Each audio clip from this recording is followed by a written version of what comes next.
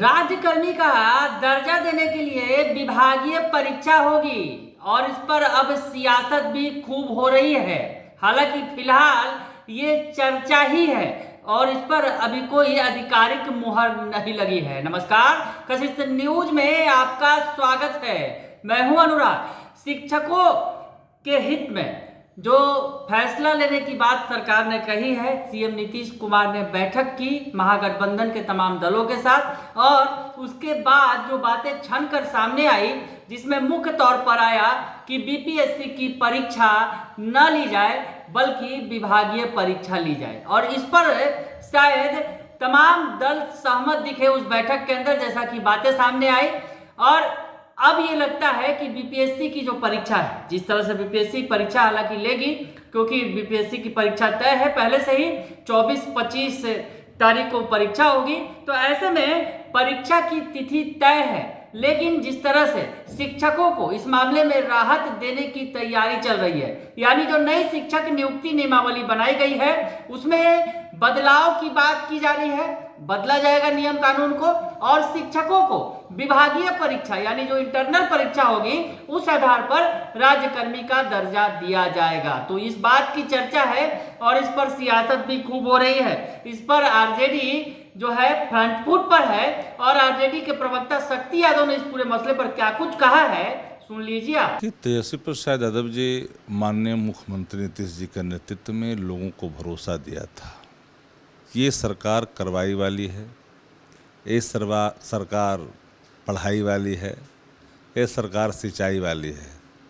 कार्रवाई, पढ़ाई, सिंचाई, दवाई ये वाली सरकार है, तो भरोसा खोने की आवश्यकता नहीं। चूँकि आज तक शिक्षकों को, नियोजित शिक्षकों को जो भी कुछ मिला सरकार की तरफ से मिला और देश के विभिन्न राज्यों से ज़्यादा मिला।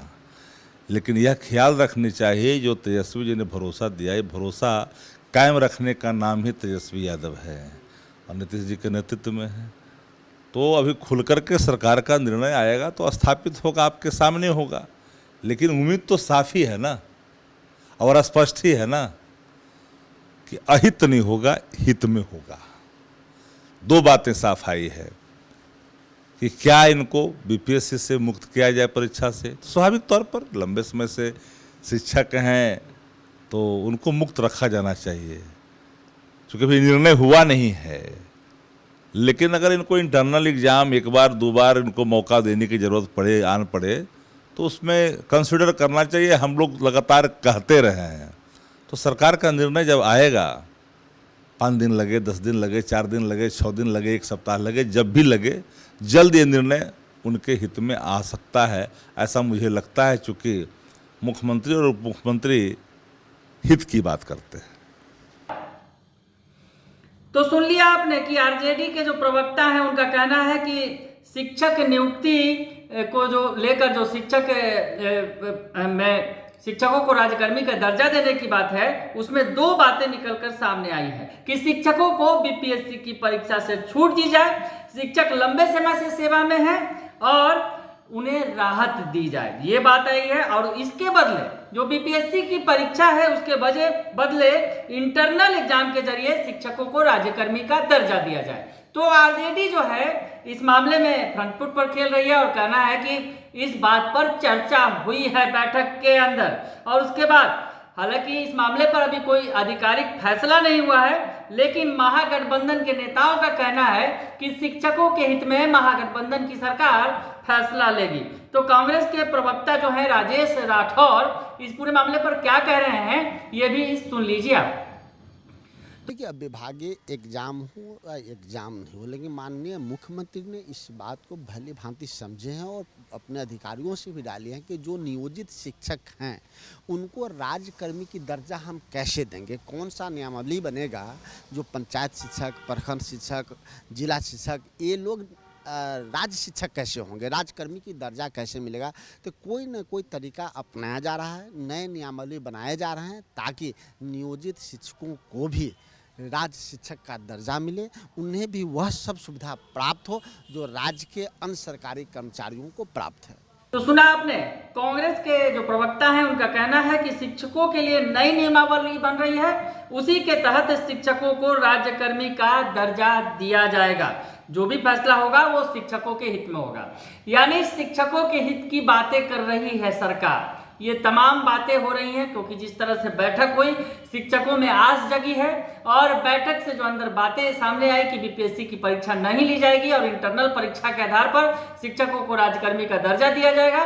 तो ऐसे में शिक्षक काफ़ी पॉजिटिव हैं और इस मामले को लेकर, और जो आंदोलन चल रहा था, फिलहाल आंदोलन की कोई बात नहीं की जा रही है, आंदोलन स्थगित कर दिया गया है। तो ऐसे में बीजेपी भी सामने आई है और बीजेपी ने सरकार की मंशा पर सवाल खड़े किए हैं, सीएम नीतीश कुमार की मंशा पर सवाल खड़े किए हैं और कहा है कि सीएम नीतीश कुमार जिद पर अड़े हुए हैं। क्या कुछ कह रहे हैं बीजेपी के विधायक जयप्रकाश यादव, सुन लीजिए आप। माननीय मुख्यमंत्री जी अपने जिद पर अड़े हैं, इनकी बात तो मैं नहीं कर सकता। तेजस्वी जी जब घोषणा किए थे कि हम जब आएंगे तो एक समान काम वाले को एक समान वेतन देंगे हम, उन्होंने इसका पालन नहीं किया, जिसके कारण कितना हंगामा हुआ, लाठियां चली, गोलियां चली, शिक्षकों को रौंदा गया, मारा गया, पीटा गया। फिर भी शिक्षक अपने मूल अधिकार पर डटे हुए हैं, वो अपने मांग को कर रहे हैं और जब समझौता हो रही है फिर भी वह एग्ज़ाम पर ही अड़े हुए हैं। तो आप हमको बताइए, आज जो पठन पाठन का कार्य जिस शिक्षक का जो उन्होंने अब रिटायरमेंट के एज पर लोग परीक्षा देंगे और यह न्यायोचित है? कहीं भी न्यायोचित नहीं है। उसे बहाल कर लिया जाए, नियोजित कर लिया जाए, यही शिक्षकों की मांग भी है और इसके समर्थन में हम सब लोग भी हैं। एक जनसाधारण भी इसके समर्थन में होगा कि सेवा की निवृत्ति काल में एक एक शिक्षक अब सेवानिवृत्ति के कगार पर हैं और उस समय में परीक्षा दे करके पास करें, तब हम उसको नियोजित करेंगे। ये कहाँ से सही तरीका है? तो सुना आपने कि बीजेपी का क्या कहना है कि वो जो उनका कहना है कि नीतीश कुमार अपने जीत पर अड़े हैं, जो शिक्षक रिटायर होंगे वो एग्जाम कैसे देंगे। तेजस्वी यादव ने समान काम समान वेतन की बात कही थी, लेकिन अब सब वादे भूल गए हैं। तो बीजेपी इस मामले में नमक मिर्च लगा रही है और जिस तरह से सरकार दिखा रही है शिक्षकों को कि शिक्षकों के हित में फैसला लिया जाएगा, तो बीजेपी बता रही है कि सरकार को शिक्षकों के हित से कोई लेना देना नहीं है। और आगे क्या होगा ये देखना बड़ा ही दिलचस्प होगा कि शिक्षकों के मसले पर सीएम नीतीश कुमार क्या फैसला लेते हैं। राज्यकर्मी का दर्जा को लेकर जो सबसे बड़ी मांग है उस पर क्या कुछ होता है। बीपीएससी परीक्षा की जगह इंटरनल परीक्षा ली जाएगी या फिर सीधे सीधे राज्यकर्मी बना दिया जाएगा। बने रहिए कशिश न्यूज के साथ, तमाम खबरों से आपको अपडेट रखेंगे। फिलहाल के लिए इतना ही, धन्यवाद।